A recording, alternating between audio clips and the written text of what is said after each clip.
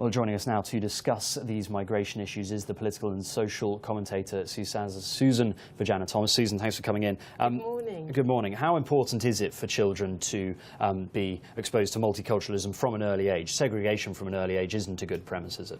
No, it isn't. I think it's very important. If a child is living in Europe and they are living in a segregated or situation as a child living in Africa, I don't think it's right at all. And it is a shame that young children like this need to resort to this. That is probably because from some quarters in the media, there is the fear that schools with a lot of black people, in particular in Europe, are not doing as well as schools with white kids. And I'm sure this might be one of the reasons this is happening in Amsterdam. It might not be racism per se, but everybody wants their children to go to outstanding school rather than going to just satisfactory school. If the media, some quarter of the media made them believe if your children are going to that school with a lot of black or a lot of ethnic minority children, they're not going to achieve their educational attainment will be lower, then some parents will usually not want their children to go to such a school. A multicultural school will educate children about other cultures, other values. It'll hold them in good stead, won't it, when they grow up? Yeah, it is. We live in a multicultural society, and Amsterdam is a multicultural city. So the children need to be exposed to that multiculturalism from the early stages. There's no point going to an ethnic minority school and after school you want to work with a diverse group of people, including white colleagues. And Africa's had its fair share of problems recently, especially in South Africa, hasn't it, with that xenophobic violence, which is so strange given, you know, apartheid and the lessons that was learnt or we thought were learnt then. There's obviously many issues surrounding that, but it comes down to the point, doesn't it, about educating and learning and knowing more about other cultures and accepting them. Yeah, it is about education, it's about raising awareness, it's about actually supporting what is in the media or what is going on with facts and figures. There are a lot of concerns that are baseless. So it is, and when in a country where there are no job opportunity or youth unemployment, what the immigrant is happening in this country will be the first target. Yeah, we've been talking about the migration across the Mediterranean Sea, obviously from various African countries to Europe, and we've heard a lot of news recently in the last few weeks about what European countries should be doing to try and save the people who end up drowning as a result of this or end up in boats that are sinking, and also how many people they should let into their countries. What should African countries be doing? Should they be doing more African leaders to try and stop people from leaving? Oh yes, it is important. And when you look at people who are leaving in Africa or leaving these countries to come to Europe, basically it's because of conflict, persecution, poverty and unemployment. So African leaders need to tackle the root causes, that is getting their citizens to want to leave Africa to come to Europe. It is very important they come together and have a sort of discussion and have strategies they can use in tackling unemployment, poverty, wars, and all that in African countries. Do you think governments in Africa should also do more to educate people about the dangers of crossing? Because often these traffickers probably sell very hard the benefits of crossing to Europe, but don't warn the people who are shelling out lots and lots of, well, their whole fortunes often, about the dangers of what could happen to them on these seas. Yeah, educating people is important about the danger, but I can say this, when people are desperate, educating them will mean nothing or little to them. I think tackling the root causes is very important. And again, when people are desperate, they stay you. Being in their country, it's like they're not living. So what stops them? Let them go to sea and die. When people are in that situation, in that desperate situation, education is meaningless to them.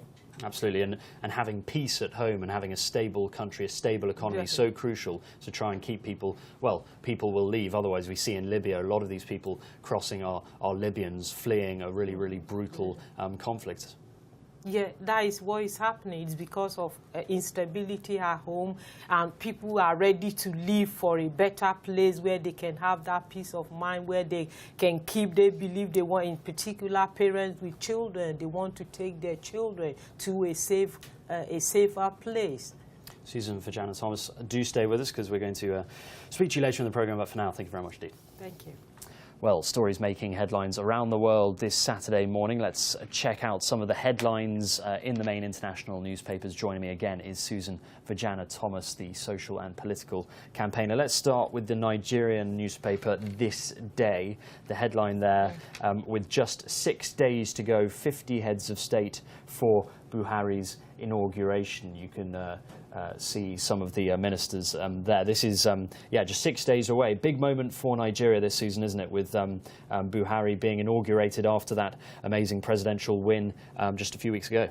Yeah, it is a big day. It's going to be a big day on the 29th at the inauguration of the president-elect of Nigeria, and a lot of people are looking forward to that day. A lot of people in Nigeria are saying they're going to come out and watch the inauguration, though they have been discouraged by the government, saying that there's going to be wide screen around Abuja where people can watch it rather than coming to the center where the inauguration is taking place. So people are looking forward to a change, a new era for Nigeria and Nigerians in general. Yeah, it's hard to overestimate just how big a moment this is, given in terms of their democracy. This is the first time that a newly elected president has taken power, and so far, fingers crossed, everything going smoothly, no violence so far. There's also huge interest from heads of state across Europe, according to ministers in Nigeria, with about 50 heads of state going to attend this occasion. Nigeria obviously has the biggest economy in Africa. Do you think this is European heads of state trying to sort of cozy up to Buhari and get some deals signed and, you know, get in with the biggest economy in Africa? Yes, obviously this is going to happen. It is a new government. It's a new party in government, so there will be a lot of interested head of state that want to meet the president for the first time because he is somebody new to them. They want to meet them. They want to have a quick chat on what they can do, the sort of economic relationship they can establish within countries. So, and again, they've invited all the 54 countries in Africa, and I'm sure a lot of the head of state in Africa as well would like to join the ceremony. And high security in place, obviously, for this. It's very important, isn't it, that everything goes smoothly, given the rest of the election has been so good in terms of security? I think with the election, Nigeria is created that image that they can conduct election that is peaceful. They are a peaceful nation, and they want to do the inauguration to be to conduct the inauguration in a peaceful atmosphere. But having said that, personally spending over 2 billion naira on the inauguration, for me, it is wasteful. I think a little bit too much. Let's go on to the China Daily, the newspaper there, which has the headline, Colombia asks China to help with rebuilding. This is 12 agreements signed as Li Keqiang met Juan Manuel Santos in Bogota. Lots of countries looking to China, really, to help with investment and building projects, given the Chinese have so much money.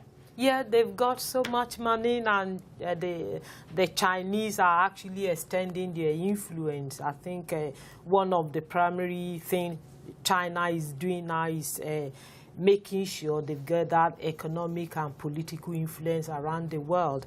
This is not the first country. They've done it in India, in Pakistan, in Russia, in Australia, since the beginning of this year. So they're now moving into South America with Colombia, helping them in their production and manufacturing capacity. So I'm not surprised at all. It's a win-win, isn't it? You know, Colombia needs some more infrastructure, some more building projects. They need a cash impetus into that and some investment. And China wants to, you know, gain influence in the rest of the world. Everyone's winning this, no? Yeah, everyone is winning, but China is the main winner, I believe.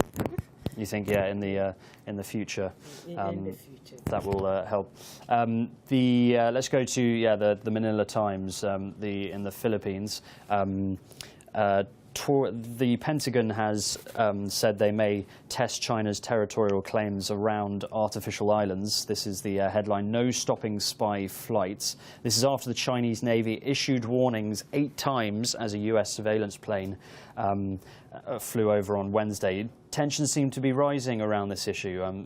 It isn't new, China trying to claim this territory, but recently there seem to be a few issues, especially with America getting involved. How worried should we be about this? I think we should be worried. There have been tension between America and China for a while.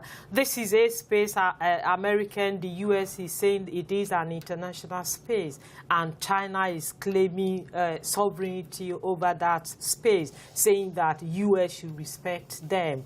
I think there was a confrontation said there was a confrontation a couple of days ago that a dispatcher, a Chinese dispatcher, wanted to turn the U.S.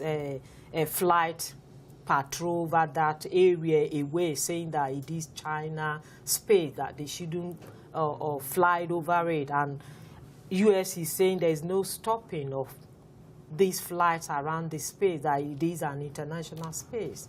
Well, let's move on to an Indonesian paper called the Business Indonesia. This is a picture which shows the 2015 Vivid Sydney Light Festival in Australia. This is the world's largest festival of light. Everything will be powered using renewable energy. How important, Susan, is it that cultural events like this promote using renewable energy and are environmentally friendly about it? It is very important because governments all over the world are promoting renewable energy. That is very important for a culture or for a festival to actually be promoting it. It is very important, and it's raising awareness that actually it is good. We can use renewable energy. It's environmentally friendly and it contributes to our environment, and I hope many countries will be taking this up. It is a traditional festival, but at the same time, it's sending a message out there. And our final paper, Susan, The Guardian in the UK has a picture of Gerard Depardieu attempting to kiss his leading lady, Isabelle Huppert, in Cannes. What do you make of all that high heel fuss in Cannes? Something out of nothing, or a serious point about equality? I think it's a serious point in the sense, like you said, it is about equality. If men can walk on the brogue, why can women not walk on their loafers if they choose to? And it is about telling women what to do. You don't have to go if you're not comfortable wearing high heels to a ceremony. You don't have to go on high heels because the organizers of the event are saying you should come in high heels. It's about equality, it's about freedom, and I'm glad that many women are actually saying that shouldn't happen, saying no to that. Well, it all appears to have gone well in Cannes. Susan, thank you very much indeed. All very interesting. Thanks for coming in. Thank you.